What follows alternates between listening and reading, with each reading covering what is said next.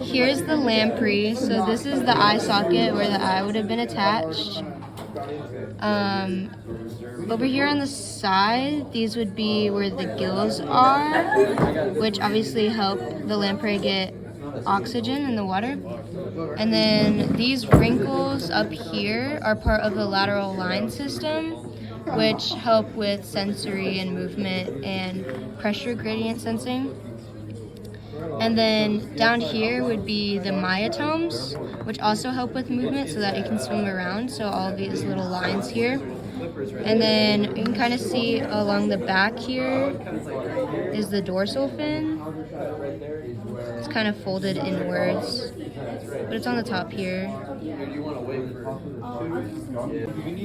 Okay, so here we have a nostril, which is also another sensory organ. It's one singular nostril, and it really helps with like smelling per se. When it really is like a sensor for detecting chemical scents in the water. The pineal organ is per se its third eye. It detects light, and it also helps with pigment in the lamprey. It also is the main part of core development for all life cycles of a lamprey, from baby to adult.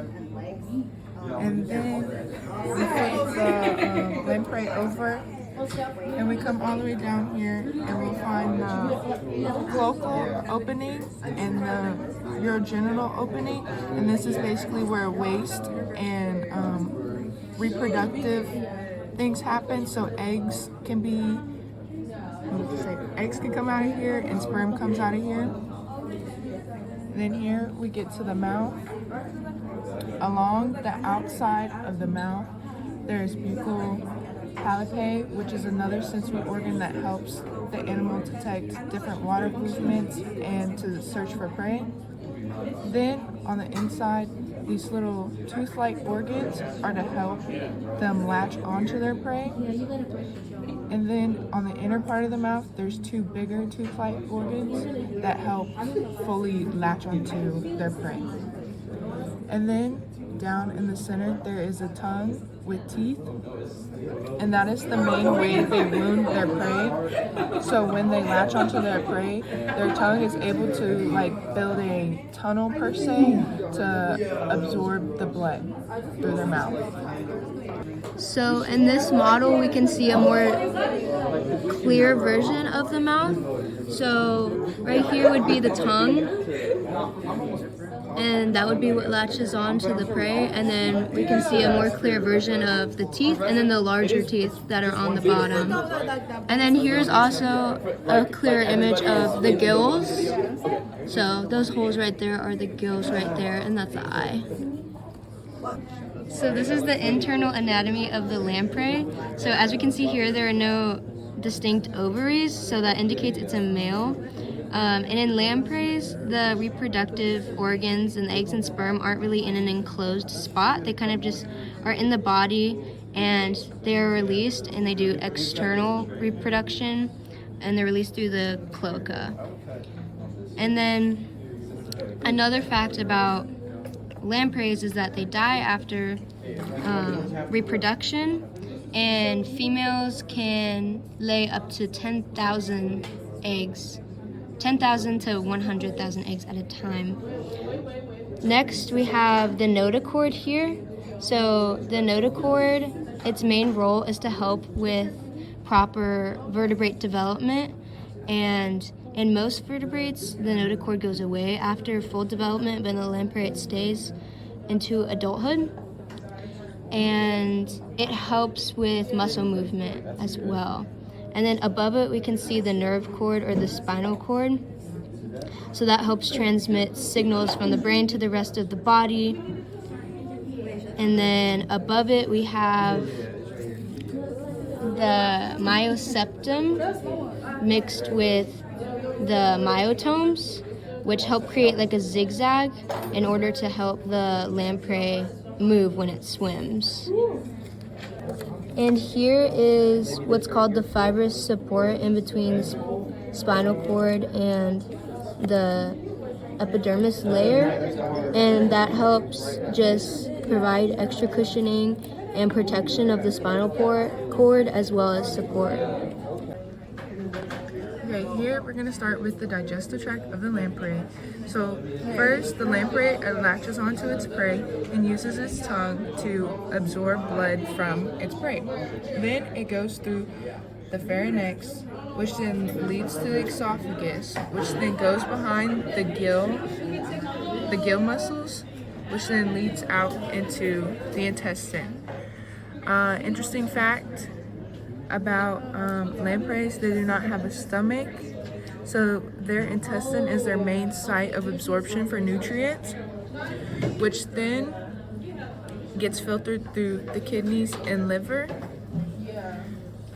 And the most important thing is the kidneys, because they filter out the waste from the blood and is transported from the renal portal system to the renal arteries, which would be amongst here. The kidneys also remove substances like ions, water, and nitrogen waste, and play a main part in osmoregulation. For their excretion of urine, freshwater lampreys excrete diluted urine, and sea lampreys excrete high concentration urine because of different ions that are in salt water, mainly chloride ions. So around in this area would be the cloaca and the urinary excretion area. So basically every bit of waste that comes from the digestive system and the circulatory system will come down through here and come out as waste. Also, as mentioned earlier, this is also a site where reproductive things come out, so like the eggs and sperm also exit out of this area. Okay, so here we can see the brain of the lamprey. So here would be the cerebellum, this upper part, and then these upper like ball looking things are the dicephalon, and then we can kind of see the medullum down here, and then here would be the olfactory sac, which would be the front part of the brain, and that helps the nostril do its smelling. It does the chemical part, so it can sense the different chemicals. And then up here is the pineal organ, and so that helps detect light, and that allows the lamprey to do what's called counter shading, so produces more melanin at the top of its body. You can see the top of its body is dark, and then the bottom of its body is light, so this helps avoid any potential predators or hide itself from prey. Because when you look from the bottom of the ocean up, it kind of camouflages with the sun, the light body of the bottom body. And then when you look at it from a top view, it kind of camouflages with the bottom of the ocean, because the bottom of the ocean would be darker. So this is a model of the lamprey brain. So this would be the cerebrum, which mostly helps with smell. And then here's the dicephalon, which helps with regulating body temp and sometimes thirst in the lamprey. And then here would be the midbrain, which helps with any optic functions like sight. And then here is the medulla oblongata, which mostly helps with digestion, breathing, heart rate, and blood vessel activity. And then this peach color here is going to be the cerebellum, which helps with motor skills, like controlling the muscles and basically swimming in the lamprey. So here we're going to look at the circulatory system of the lamprey. Here is the heart. The top part of the heart is the ventricle, and the bottom part of the heart is the aorticle.